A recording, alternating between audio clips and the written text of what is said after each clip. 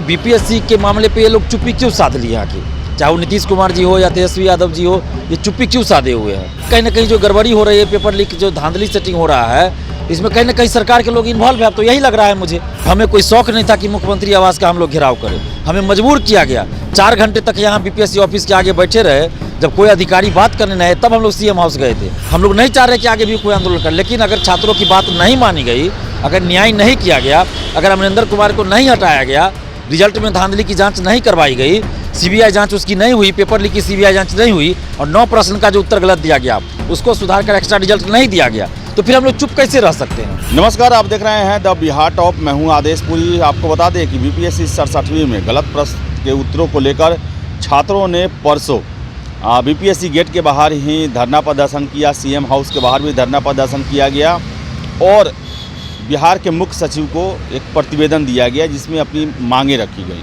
और 72 घंटा का अल्टीमेटम दिया गया।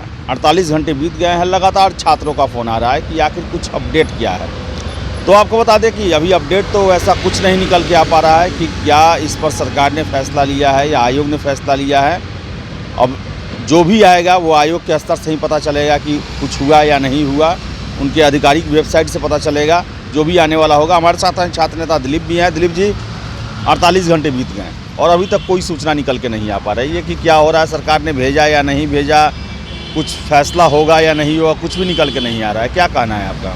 देखिए, ये बड़े दुर्भाग्य की बात है कि पहले तो 4 घंटे हम लोग बीपीएससी ऑफिस के आगे धरना दिए, कोई अधिकारी बात करने नहीं आए।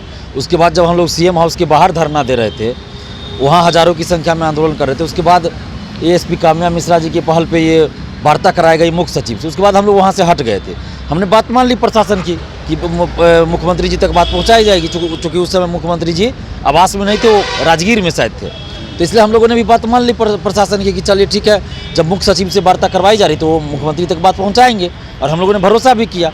और मुख्य सचिव जी ने भी ये कहा था, आमिर चौहानी जी ने, कि हम बीपीएससी से भी जवाब मांगेंगे और नीतीश कुमार जी तक भी बात पहुँचाएंगे।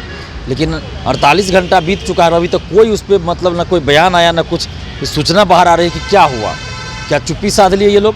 जब तेजस्वी यादव जी से भी पूछा गया मीडिया के द्वारा उसी दिन कि सीएम हाउस को घेर लिया गया है बीपीएससी अभ्यर्थियों द्वारा, 10 बार पूछा गया, लेकिन एक बार भी तेजस्वी यादव जी ने इस पर कोई जवाब नहीं दिया।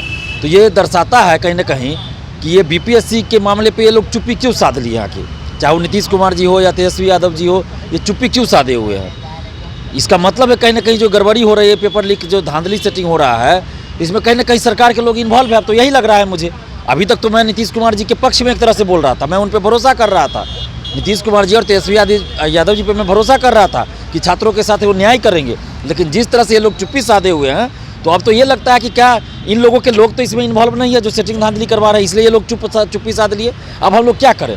मुख्यमंत्री आवास तक हम घेर लिए, धरना दिए। अब क्या चाहते हैं नीतीश कुमार जी कि हम लोग 24 घंटे तो है, आपको आशा है कि आने वाले 1-2 दिनों में कुछ आप लोग के लिए सकारात्मक खबर जो है, सकारात्मक पहल सरकार के द्वारा, आयोग के द्वारा की जा सकती है? देखिए, हम उम्मीद करते हैं कि कुछ ना कुछ सकारात्मक पहल करे सरकार। हाथ जोड़कर विनती भी कर रहे हैं नीतीश जी से, तेजस्वी जी से कि कुछ कीजिए सरकार, नहीं तो फिर हम लोग आंदोलन करने के लिए मजबूर हो जाएंगे। और हमें कोई शौक नहीं था कि मुख्यमंत्री आवास का हम लोग घेराव करें, हमें मजबूर किया गया। 4 घंटे तक यहाँ बीपीएससी ऑफिस के आगे बैठे रहे, जब कोई अधिकारी बात करने नहीं आए तब हम लोग सीएम हाउस गए थे, नहीं तो ऐसे नहीं गए थे। अगर हम उस समय छात्रों को नहीं रोकते तो हो सकता था वहाँ उपद्रव हो सकता था सीएम हाउस के अंदर या बाहर भी। लेकिन हमने छात्रों को समझाया, बुझाया और वहाँ से हटाया, नहीं तो छात्र वहाँ से हटने के लिए तैयार नहीं थे। आप देख लीजिए, जो भी अगर चाहते हो वीडियो देख सकते हैं उस समय का, कि छात्र वहाँ से हटने के लिए तैयार नहीं थे। तो नीतीश कुमार जी, हमें मजबूर मत कीजिए। हम लोग नहीं चाह रहे कि आगे भी कोई आंदोलन करे, लेकिन अगर छात्रों की बात नहीं मानी गई, अगर न्याय नहीं किया गया, अगर अमरिंदर कुमार को नहीं हटाया गया, रिजल्ट में धांधली की जांच नहीं करवाई गई, सीबीआई जांच उसकी नहीं हुई, पेपर लीक की सीबीआई जांच नहीं हुई, और 9 प्रश्न का जो उत्तर गलत दिया गया उसको सुधार कर एक्स्ट्रा रिजल्ट नहीं दिया गया, तो फिर हम लोग चुप कैसे रह सकते हैं? आखिर आँख कैसे हम बंद कर ले? मेरे आंखों के सामने इतना गलत हो रहा है, अन्याय हो रहा है, और हम चुप रहेंगे? मुख्यमंत्री जी चुप रह सकते हैं क्योंकि उनके लोग इन्वॉल्व होंगे, हो सकता है, और अपने लोगों को बचाने के लिए वो चुप रह रहे हैं। अब तो यही लग रहा है कि जिस तरह से चुप्पी ये लोग साध रही हैं, अब लग रहा है कि कहीं ना कहीं ये सरकार के लोग, ये पार्टी के लोग इसमें संलिप्त है और इसलिए ये लोग चुप्पी साध रहे। तो ये सब अब नहीं चलेगा। नीतीश कुमार जी, तेजस्वी यादव जी, अगर आप चुप्पी साधे रहिएगा तो यही मैसेज जाएगा बाहर हम लोगों के पास, छात्रों के पास, आम जनता के पास, कि आप लोग इसमें, आप लोगों के आप लोगों के पार्टी के लोग हों, आपके अधिकारी हो, करीबी हो, वो लोग इस धांधली सेटिंग में संलिप्त है और उन लोगों को बचाने के चलते आप जो है लाखों छात्रों के साथ अन्याय कर रहे हैं। तो ऐसा नहीं होना चाहिए। अभी तक हम तेजस्वी यादव जी या नीतीश कुमार जी के विरोध में नहीं बोल रहे हैं, हम उम्मीद कर रहे हैं, हाथ जोड़ के विनती भी कर रहे हैं उनसे कि आप न्याय कीजिए। लेकिन अगर 24 घंटा तक और इंतजार करते हैं, अगर नहीं न्याय किया गया तो फिर हम लोग इनके बारे में भी जो भी होगा, जो हमें मिलेगा, बोलना शुरू कर देंगे और अगले सप्ताह हो सकता है कि हम लोग आंदोलन भी करें। हम छात्रों से बात भी कर रहे हैं। दिलीप जी, लेकिन बहुत सारे छात्र और जो विशेषज्ञ हैं, जानकार हैं, वो कह रहे हैं कि हाई कोर्ट भी एक रास्ता है और उसके माध्यम से भी जो है वो दबाव बनाया जा सकता है। और हाई कोर्ट पहले भी ऐसा आदेश दिए हुए है, वहाँ पर फैसले ऐसे आए हैं जिसके सामने आयोग को, सरकार को झुकना पड़ा है। देखिए, हाई कोर्ट 53 से 55 में ऐसा डिसीजन आया था, 4 कटअप कम करके एक्स्ट्रा रिजल्ट देने की बात हुई थी।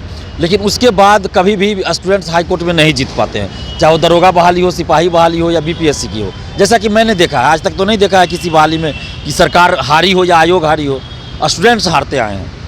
तो एक लॉबी काम कर रहा है जिसके वजह से स्टूडेंट्स को हार जाना पड़ता है। लेकिन फिर भी हम यही कहेंगे कि जिनको भी कोर्ट जाना हो वो जा सकते हैं। हम पहले भी कहे हैं, आपके चैनल पे कहे हैं और भी चैनलों पे हमने ये बात कही है आंदोलन से पहले भी, कि अगर कोई कोर्ट जाना चाहते हैं तो ग्रुपिंग करके आप लोग कोर्ट जाइए। हम मना नहीं कर रहे हैं, हम किन्हीं को मना नहीं कर रहे हैं। लेकिन ये आप कहिए कि दिलीप कुमार कोर्ट में नेतृत्व करे कि केस लड़ने के लिए, तो वो हम नहीं करेंगे। क्योंकि उसमें क्या होगा कि अलग अलग तरह के लोग उसमें पैसा देंगे, पिटिशनर बनेंगे, फिर हम पे आरोप लगाएंगे कि केस के नाम पे पैसा खा गए। तो हम ये सब झमेला नहीं लेना चाहते हैं। आप लोग खुद आगे बढ़िए, चूँकि केस करना है तो उसमें आपको कुछ तो करना नहीं है। यहाँ आंदोलन करना है तो आपको एक लीडरशिप की ज़रूरत है, एक लीड करने वाला चाहिए, जेल जाने वाला चाहिए, लाठी खाने के लिए तैयार रहने वाला चाहिए। लेकिन कोर्ट में केस करना है तो उसके लिए किसी लीडर की आपको आवश्यकता है ही नहीं। और मैं तो कहूँगा कि आप किसी भी लीडर के चक्कर में ना पड़े। मैं तो आप इसमें पीछे हट रहा हूँ, कोर्ट के चक्कर में आप किसी और के भी चक्कर में ना पड़े। आप स्टूडेंट्स जो भी अभ्यर्थी है, खुद आप ग्रुप बनाइए और कोर्ट जाइए, वकील रखिए, अच्छा वकील रखिए, 4-5 वकील का जो नाम आता है उनमें से किसी को रख के आप केस लड़ सकते हैं। हम मना नहीं कर रहे हैं, पहले भी नहीं किया, अभी भी नहीं कर रहे हैं। जिनको जाना हो निश्चित जाइए। लेकिन हाँ, एक चीज़ ध्यान रखिएगा कि मैंने दरोगा बहाली में भी देखा है, इससे पहले बीपीएससी में भी देखा है कि केस के नाम पे ग्रुप बन जाता है, उसमें 2-4 दलाल एक्टिव हो जाते हैं, पैसा वसूल लेते हैं और वकील को कम पैसा दिए या फर्जी वकील रख लिए और केस हार जाते हैं। तो ऐसा नहीं होना चाहिए। अगर आप केस लड़ रहे हैं तो जिसको आप जान रहे हैं उसी के साथ रहिए, किसी एक्स्ट्रा लोगों को उसमें शामिल ना करें। ये ध्यान रखिएगा। ऐसा ना कि कोई तथाकथित छात्र नेता उसमें घुस के आपका फ़ायदा उठा ले, कोई और असामाजिक तत्व आके आपका फ़ायदा ले, ऐसा नहीं होना चाहिए। क्योंकि मैंने बराबर देखा ऐसा हो रहा है पटना हाईकोर्ट में कि स्टूडेंट्स के ग्रुप में शामिल हो गया, पैसा ले लिया और केस भी हार जाता है लास्ट में और पैसा भी खा जाता है। तो ऐसा नहीं होना चाहिए। आप लोग खुद अभ्यर्थी मिलकर कोर्ट जाए, उसमें हमसे जो सलाह कहिएगा, जो मदद हमसे हो सकता है हम करेंगे।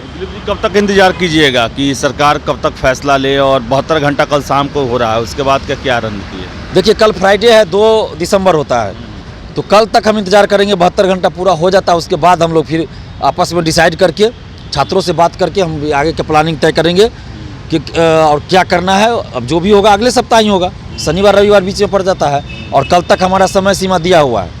तो हम इंतजार करते हैं कल तक। अगर बात नहीं मानी गई तो फिर हम लोग आंदोलन भी कर सकते हैं, अनशन पे भी बैठ सकते हैं। देखेंगे, जो छात्र जो कहेंगे हम उनके लिए तैयार है करने के लिए। तो छात्र जो कहेंगे उसके लिए तैयार हैं। लेकिन आपको बता दें कि अभी तक कोई सूचना जो है निकल के नहीं आ रही है कि आयोग या सरकार जो परसों विरोध प्रदर्शन हुआ था उसके जवाब में क्या कर रही है। आशा करेंगे हम कि 24 घंटे बचे हुए हैं तो सरकार कोई सकारात्मक पहल करे और जो भी आरोप लग रहे हैं, जो भी पीड़ित हैं छात्र, उनको न्याय दिलाया जाए और कम से कम उनके पक्ष में कोई भी फैसला लिया जाए। तो देखिए आगे क्या होता है। फिलहाल इस वीडियो में इतना ही। वीडियो पसंद आए तो लाइक शेयर करें। हमारे चैनल द बिहार टॉप को सब्सक्राइब जरूर कर लें। धन्यवाद।